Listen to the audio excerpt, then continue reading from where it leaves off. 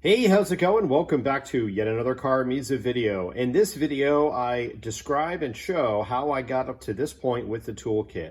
My goal was to get the toolkit completed in this video, but there was quite a bit of content and I didn't want the video to run too long.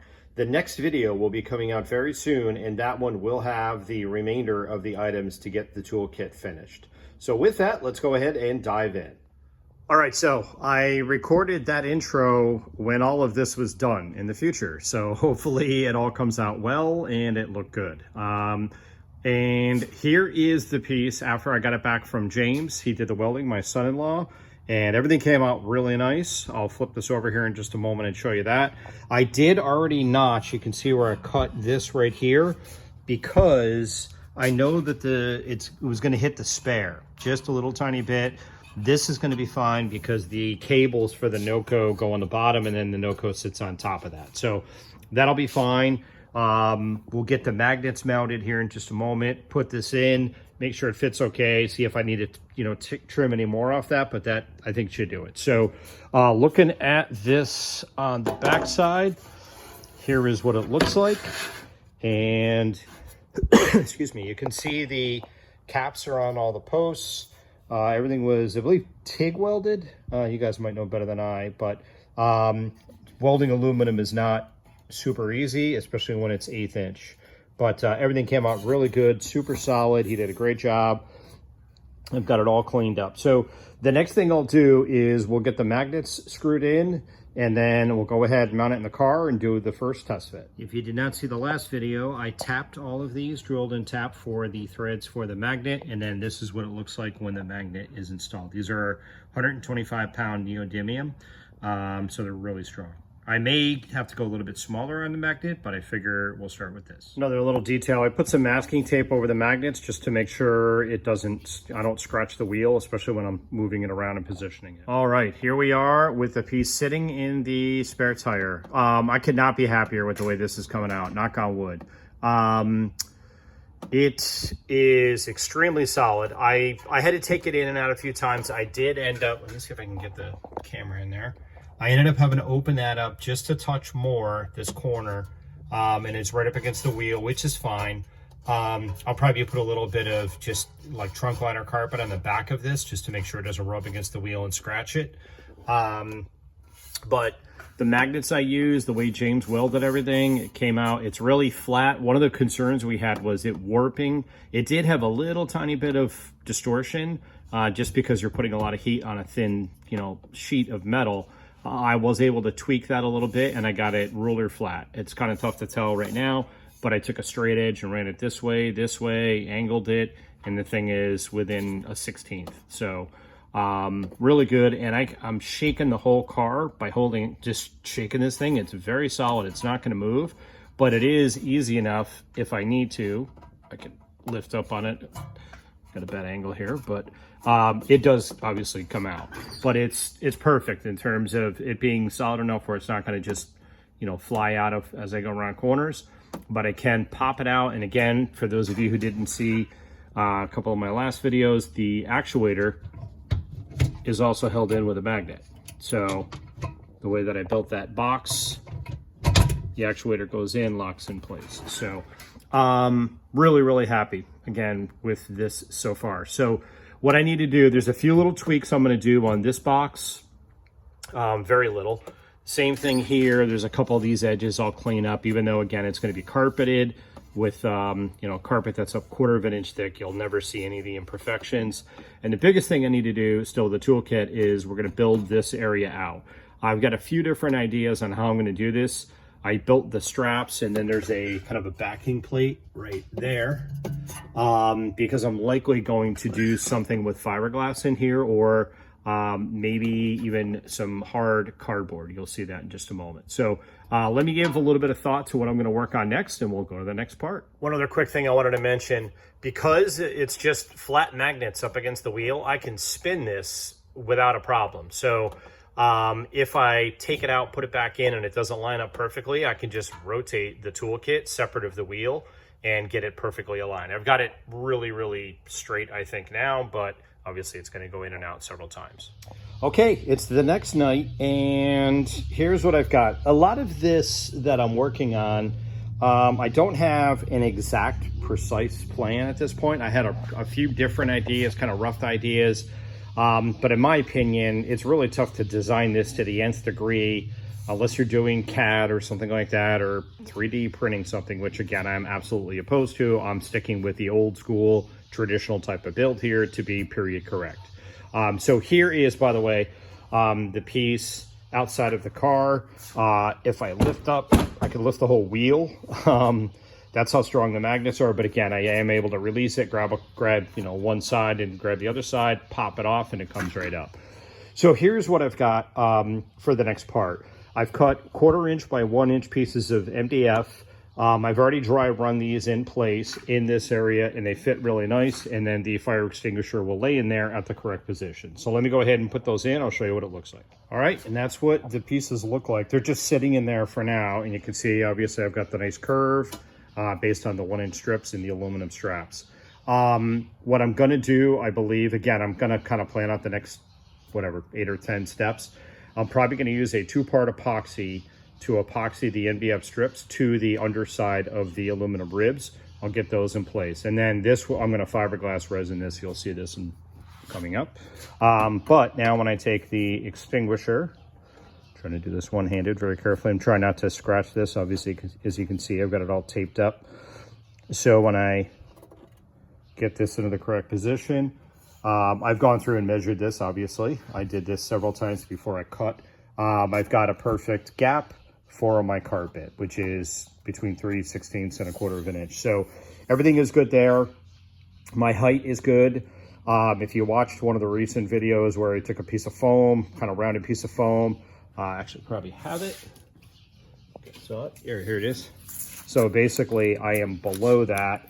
And once I do the additional build-up, I'll be good, especially with the carpet too. Add the carpet in underneath this, and that's, I'll be at the exact height. So everything is good there. This, again, I'll epoxy these pieces in. This edge is basically perfect. This edge, I may have to add a little teeny tiny bit of filler again, because I'm super OCD. Maybe a 1/16 of an inch, so I'll do a little tiny bit of filler in there.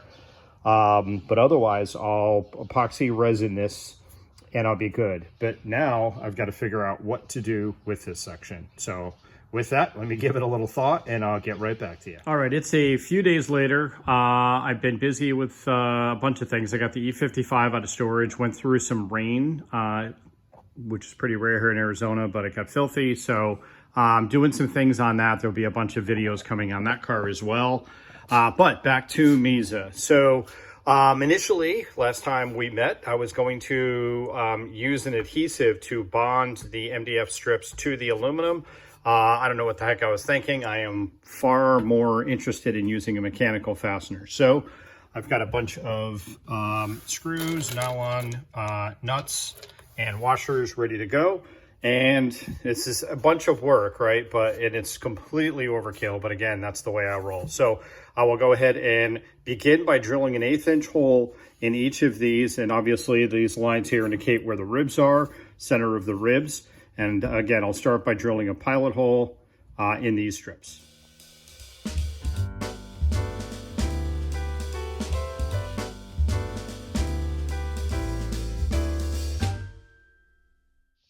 All right, all pilot holes are drilled into the MDF. Okay, this next part's going to be a little bit tricky, I'm realizing, but that's all the fun, right? So I've got the ribs, I've numbered them as well. I'm going to hold the first one in place and attempt to, very carefully, drill the pilot hole, but my drill is just barely fitting in there. I think even if I'm just gonna tack it. Yeah, I can clearly see where the hole is lining up here. If you saw, there's a little tiny bit of sawdust coming out. That means I'm enlarging the hole, which I really don't want to do. So I'll do the same thing with these next two and then drill the holes out.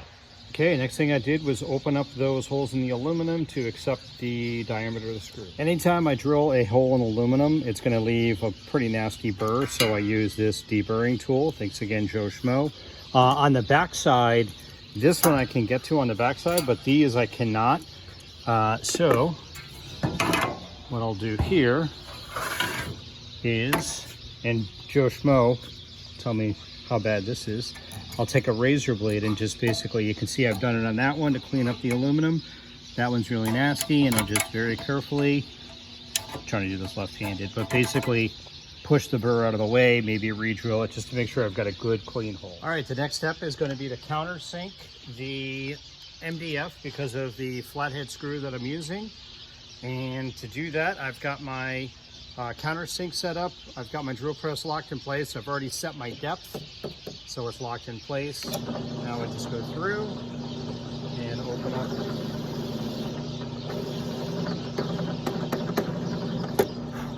Do a countersink on each. Then what I'll also do is take a little bit larger drill. Again, I just use an 1/8 inch for the pilot hole. Drill this out to accept the screw, and then we're going to be ready to assemble. All right, and there's the first rib installed. Now we're just going to repeat the process for the remaining 5 ribs. And there we go. The rest of them were about as much time as it took to do the first one. So you kind of got the process laid out. So came out really nice. Again, super over-engineered. I did have to do, by the time I put them in and I tightened them down, and I did one at a time as I was going, I ended up with a little tiny gap. It was like 3/16 right here. So I cut a piece of 1/4 inch and then CA glued it in place. You also notice there's a little tiny lip right here. It's about 1/8 of an inch. So I'm gonna take some filler and I'll fill this in just to get it smooth like this edge is. I also, let me grab the, see if I can do this one-handed. I grabbed a piece of carpet. This is actually the original carpet, a piece of the original amp rack out of the car. And it's 30 years old and in rough shape, but it's the same thickness, and you can get an idea. I get almost like a press fit with it in place. So perfect in terms of the fitment and all that. This is, it's very, very brittle as well. So normally carpet would at least have a little bit more play, but you can kind of see the way that that will sit. Also, this needs to be 1.5 inches or less, and I'm at 1 3/8 inches. So that part is set. I'll do a little filler. I'll show you what I do there. Probably kitty hair, short strand kitty hair. And then I need to attack this top section, which I do have a plan for. One other thing, here's a quick view of the backside. And you can see, again, just completely overbuilt, but I want this thing to outlast me. So, all right, we'll continue on. Okay, I am back to working on CarMiZa after, unfortunately, quite a long break. Once again, longer than I expected. I had a whole bunch of things come up, a lot of work stuff, life stuff, all of that. But good news is I'm back to working on the car. So continuing on, the next thing I'm gonna do is the top of the fire extinguisher area. To do this, I've got a plan here. What I'm gonna do is actually cut this bracket out. I wasn't sure if I was gonna need this or not.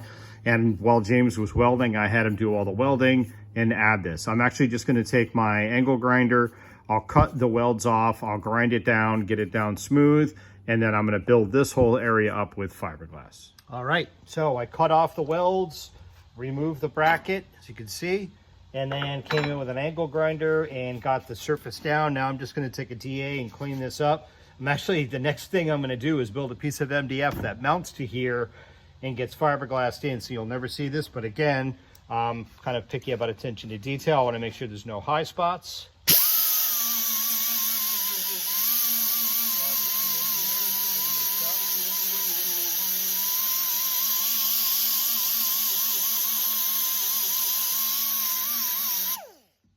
And I'll do the same thing on the other side, make sure that there are no high spots. Alrighty, like it never happened, everything is good. Time to build the MDF plate that's gonna go in here. Okay, everything in CarMiZa has a name. This is the fire extinguisher backing plate. The objective of this piece of MDF will be for something for the fiberglass to adhere to. You'll see how this will kind of transpire. So that basically starts it out. Now we'll go to the next step. And there's the backing plate traced out. Now I've got double-sided tape, and I will attach this, and then we'll flip it over. Okay, now I took the piece, flipped it over, and you can see I've traced a pencil line around there. And now I'll remove it from the actual plate. Okay, traced out. Now what I'll do is take a jigsaw and just rough cut up to the edge of this carefully. All right, the plate is rough cut. And if you recall, this is the original MDF template that I used to create this. So now what I'll do is use this once again to be able to use a flush trim bit and a router and cut this area nice and clean, mimicking exactly the cut on the other side. This is just a piece to keep it from wobbling when I put it on the router table. So it'll basically be like this. And you can see here, I just have a little bit of meat to cut away and we'll be good to go.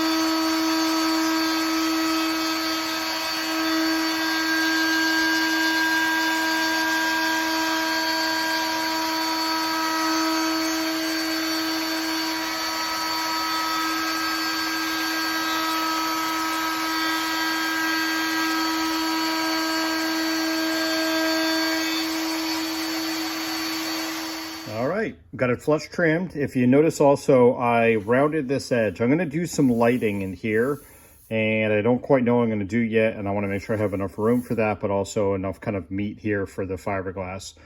And I also, this is the hole for the actuator. I wanna make sure you don't see this through this hole. Cutting this back and making it parallel to this should ensure that that is the case. So this piece is all set, ready to be mounted. So the next thing I'll do is we'll put whatever 3 or 4 screws, I'll figure that out now, and then get this backing plate mounted to the actual toolkit. Okay, the next thing I did was to drill 4 pilot holes, just 1/8" holes into the MDF, and then double side tape this. Now I'll take my drill. I'm not going to use a drill press for this. I'll just take the drill and drill these holes out, and that'll make sure these 4 holes line up properly. Pilot holes complete. Okay, initially I was going to do a screw through the backside here, countersink the aluminum and put a nut on it. And then again, this whole thing's going to be kind of fiberglass over. I took a look and I don't have the right size nuts that I need. So I'm just going to countersink this piece, drill these holes a little bit bigger, and I'll use these number 8 screws, which are the same height as the combined thickness of these two, and I'll tap the aluminum. Definitely overkill, but once again, that's the way I roll. Okay, if you've been following the build, you watched me cut threads probably about 1,000,000 times. But if you're new to the channel, I use this really cool little jig, which allows the tap to go in and stay nice and square and straight. Now I'll just take my tap guide here. On this one, I gotta be a little bit careful because I've got the MDF in the way. I probably could take the MDF out, but we'll be okay. And I'll basically just go around and cut the threads. Okay, moment of truth. I drilled these holes out a little bit larger as well to accept the screw, and then did a countersink. I'm using flathead screws. So let's go ahead, first run here and see how this goes. I really like using, obviously, machine hardware. I can't stand the notion of sheetrock type screws, wood threads. Even though this is going to be fiberglassed over, you'll never see it. It's just a much better fastener and much stronger. And in the event that you are going to take things out and put them back, you're able to do it, and you can do it 1,000,000 times and not have any degradation to the integrity of the fastener or the thread. All right. This is looking perfect. My edge is lined up exactly the way it should be. These screws are fitting in very nicely. The screws that I'm using are such that they're flush with the underside of the aluminum. I can feel that they're right there. I may take their sticking out maybe just a teeny tiny bit.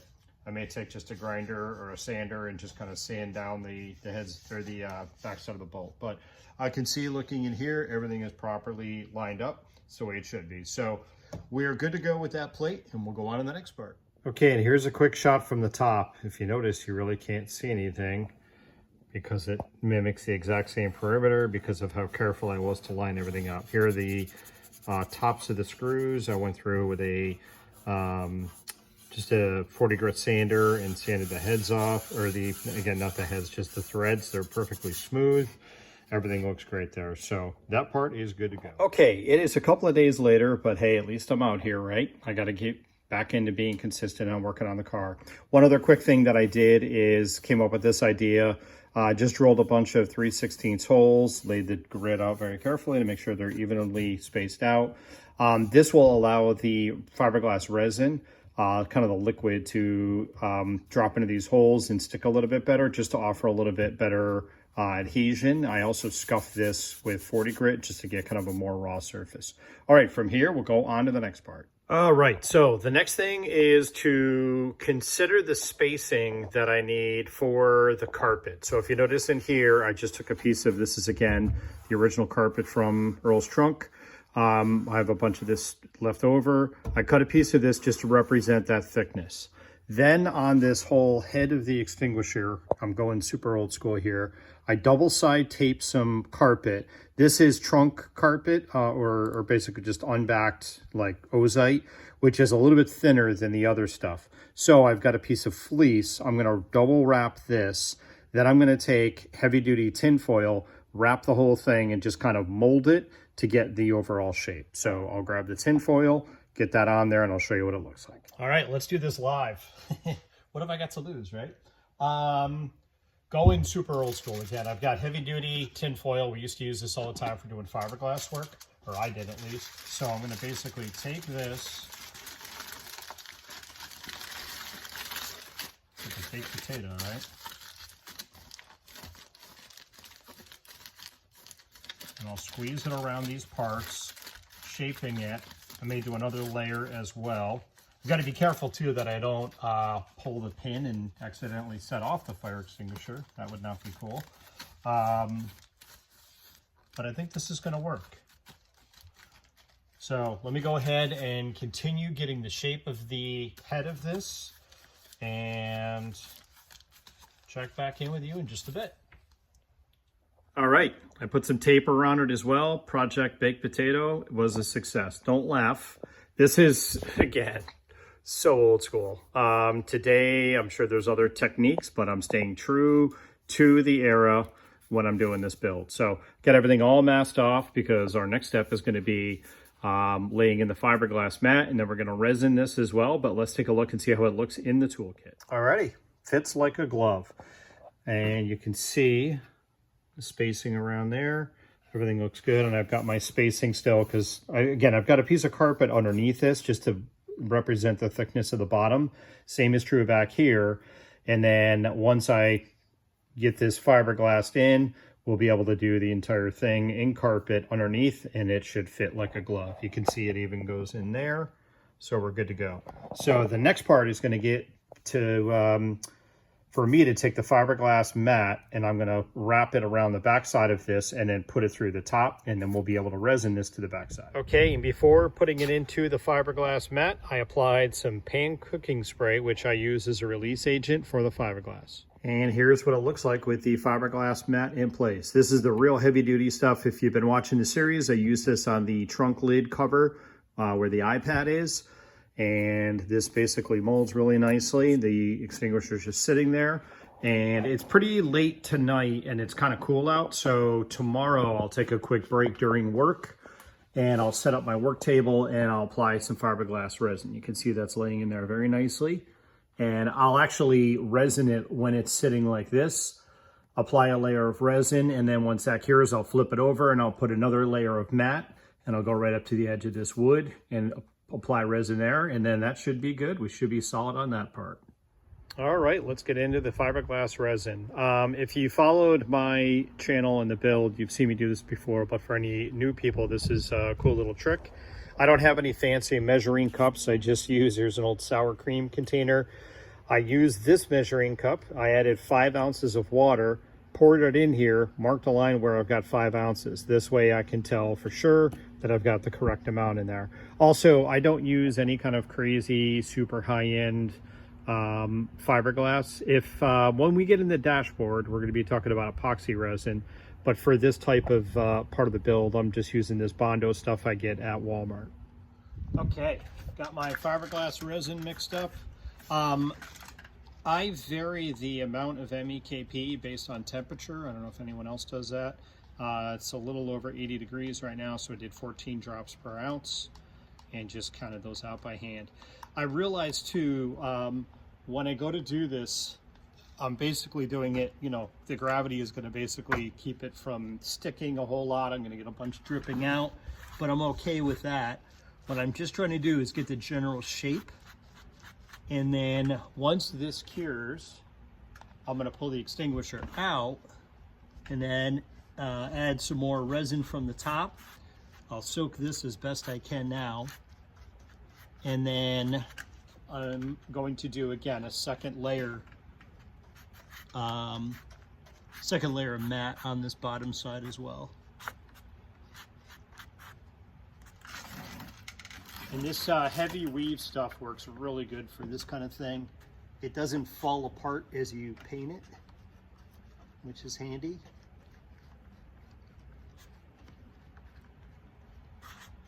And it's doing a good job. So, all right, I'll keep doing this and I'll check in with you in just a bit. Okay, and I just finished painting it. It's obviously starting to catalyze now, and everything came out pretty good. I did notice a bit of a kind of a pocket, if you will, down here, which I'm totally fine with. The main thing is to make sure I've got the correct shape up top here. So I'll let this cure. You can see it's dripping off. That's fine. I'm not worried about that. Also, by the way, I use this paper. I get this stuff at Home Depot. You can buy a big roll for, I think, 30 bucks. And it lasts me for quite a while. So, all right, we'll let this cure up and then we'll go on to the next part. Okay, it is the next night, staying consistent, working on the car, and we are good to sneak peek. I've already done this. Remove this. It came out no problem at all because of my PAM cooking spray, the release agent there. And as you can see, I've got a nice impression of the top of the extinguisher. This is what it looks like on the backside as well. And right now, all I needed was enough structure for it to keep shape. Now what we'll do is build it up on the backside and on the front side. I've also come up with a really cool idea that I'll tell you about in just a moment. So, all right, let's go ahead. And I think I'm gonna work, I gotta check my notes, but I think I'm working on the backside. And I'm basically gonna treat the entire backside all at once with what I'm gonna do. So let me get that prepped. Okay, my next step was to mask off everything. I'm not too worried about this area. And what I'm going to do is fiberglass resin all of this. I'm just going to put a coat over the entire thing. And let's go ahead and get started with that. All right, so got about 4 ounces of resin mixed up. And again, the whole objective here is to coat this whole backside. What I was going to say a moment ago is I'm not too worried if I get a little bit of resin on the aluminum here on these straps. That's fine. The objective of this is to kind of candy coat the MDF. I know a lot of people out there use MDF. I personally cannot stand it. To me, it is just glorified cardboard. I much prefer things like aluminum. Again, I want this build to outlast me. And by putting polyester resin over the top of this, I ensure that it is going to hold up a bit longer. It's going to be, you know, obviously if this thing gets wet or something, I probably have bigger problems to worry about. But again, when I got this car, the car was, you know, the build was close to 30 years old, and there were things in there that were MDF and they were not doing well at all. They did not hold up. Like the baffles and the kick panels were MDF, and those were pretty much destroyed. They had gotten wet and kind of swelled up and were no longer flat. It was just a big mess. So, all right, so I'm going to go ahead and do this again. This will kind of almost kind of waterproof this and make it a little bit more durable. Also, in the event that I've got to, like, you know, when I go to carpet it, if I have to peel the carpet off for some reason, if I didn't do this, the MDF would just kind of shred, and this offers a little bit of a barrier. I'm going to flip it over. We're going to do the other side as well. But again, at this point, I'll do a nice thick coat, and I'm going to do it all in this area as well. And then we'll go next and add some additional matte as well. Okay, good coat of fiberglass resin on everything. Nice and candy coated. Even did a good job staying off the aluminum. Again, not a huge deal. Next step is going to be to put another layer of fiberglass matte, and then I'll resin that in place. All right, at this point, I've got the first coat is curing still, but not totally cured. It leaves a fingerprint. You can hear it sticking. So it's just sticky enough to start to add the matte. Now what I'm doing is using a little bit lighter matte, just because all I'm looking to do is build it up and give it a little bit more strength. So now I'll apply the matte, and because it's still tacky, if you notice, it does a great job of sticking to it.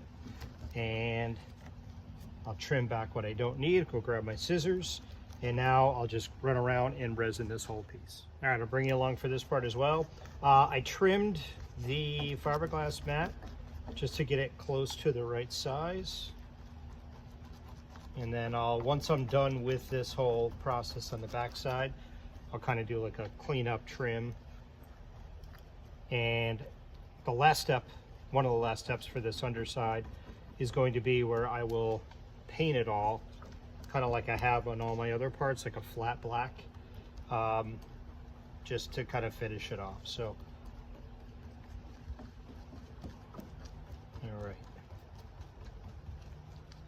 all right, I'll go around, get this finished up, and then show you what it looks like. If you notice too, I lifted up the toolkit. The underside's gonna have quite a bit of dripping and stuff like that going on, but I'm okay with that. And we're going to clean up the top side here once I've got this part done. So, all right, I'll let that cure up. And a lot of times I'll just take the brush and dab the air pockets. Anywhere you've got air in there, it's not sticking to anything, and just go around as it's curing and make sure everything is adhering properly. Alrighty, that fiberglass resin is now tacking up. Now what I'm going to do is go around and I will cut, while this is still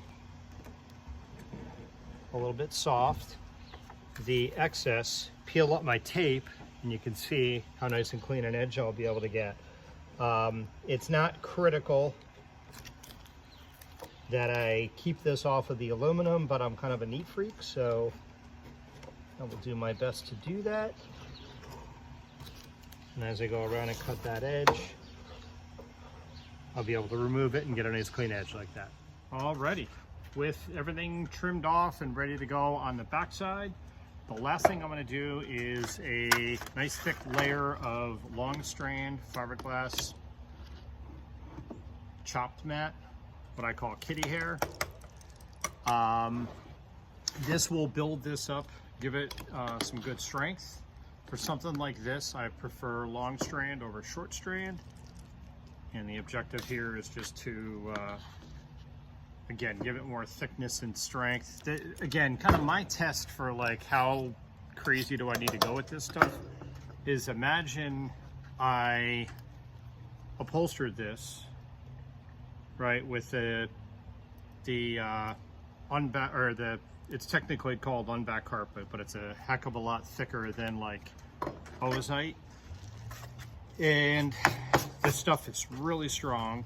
And I'm gonna use a really good, obviously a good Landau top, kind of an adhesive.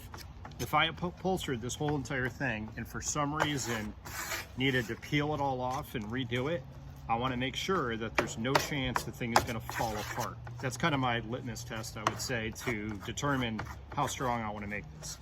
It is probably, in many people's eyes, very much overkill, but I think it's fair to say the entire build is overkill, right? So that's the whole point of this. This is going to be likely my last build, although I have thought about, and I won't, Earl, if you're listening, I'm sure you are, I won't even consider this until this car is done, but I would like to do a cool stealth system in my Mercedes E55. That would be kind of cool.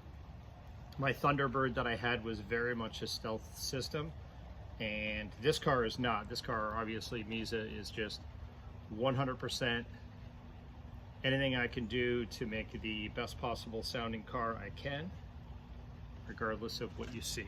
So at this point, you see I am just going in here. I'm filling in kind of the pockets.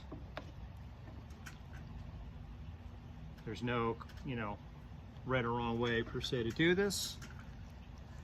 I just want to make this as strong as I can possibly get it.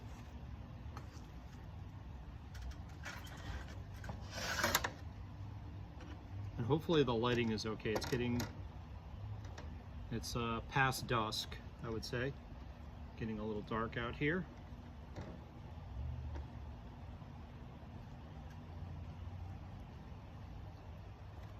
All right, so I'll continue on this and I'll check in when I'm done. Okay, kitty hair is, I can still feel it's still warm, so it's still curing. This stuff kind of has a rough texture when I'm done with it. I'll just take a DA with some 40 grit and then just come in and